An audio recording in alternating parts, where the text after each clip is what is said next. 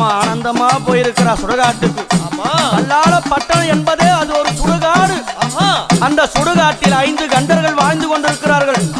சுடுகாட்டிலேயே பிறந்து சுடுகாட்டிலேயே வளர்ந்து சுடுகாட்டி ஆட்சி புரிந்திருக்கிறான் கண்டன். அந்த கண்டனை அழிக்கிறதுக்கு தான் எங்க அம்மா கொள்ளையிட போறாளா அம்மாவாசையில.